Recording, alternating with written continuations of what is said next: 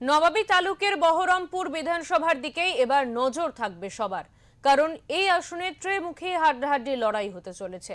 এখনো পর্যন্ত বিজেপি ও তৃণমূল কংগ্রেস তাদের প্রার্থী ঘোষণা করেছে। পদ্ম শিবির 2021 সালে জয়ী বিধায়ক সুব্রত মৈত্রের ওপর আস্থা রেখেছে। তৃণমূলের ঘোষিত প্রার্থী তালিকায় রয়েছেন গত বিধানসভার প্রতিদ্বন্দ্বী প্রার্থী তথা বহরমপুর পুরসভার চেয়ারম্যান নারুগোপাল মুখার্জি।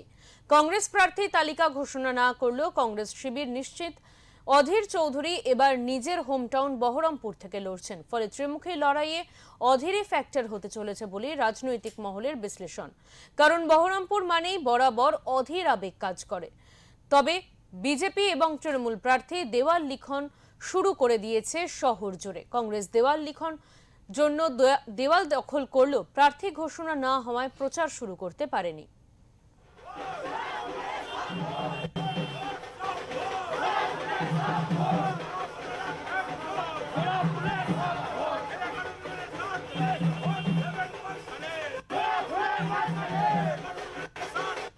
প্রতিটা মানুষের সাথে প্রতিটা পাড়ায় 4 বছর ধরে কোনো না কোনো সময় আমরা ছিলাম, আমরা আছি, আমরা থাকব।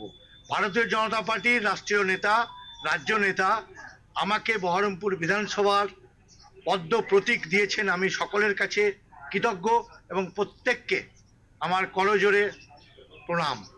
সেই পর্যাপ্ত ভোট কিন্তু বহরমপুরে মানুষের কাছ থেকে আমরা আগেও পাইনি, তা সত্ত্বেও কাজ করে গেছি।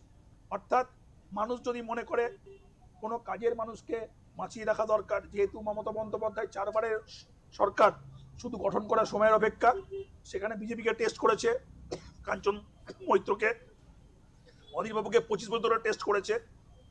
আবেগ আর কাজ করার জায়গা, রিয়েলিটি দুটো এক জিনিস নয়। যদি আপনার কাজ দিয়ে বিচার করে, সেখানে তৃণমূল প্রার্থীর ভোট পাওয়া উচিত। এটা আমার বহরমপুরবাসীর ওপর আমার আবেদন থাকলো। আর যদি কাজ না করে থাকি, তাহলে পরে বহরমপুরে মানুষ যে কাজ করেছে বা যে কাজ করতে পারবে আগামী দিনে তাকে ভোট দেবেন। কিন্তু আমি মানুষের ওপর আমার আস্থা আছে।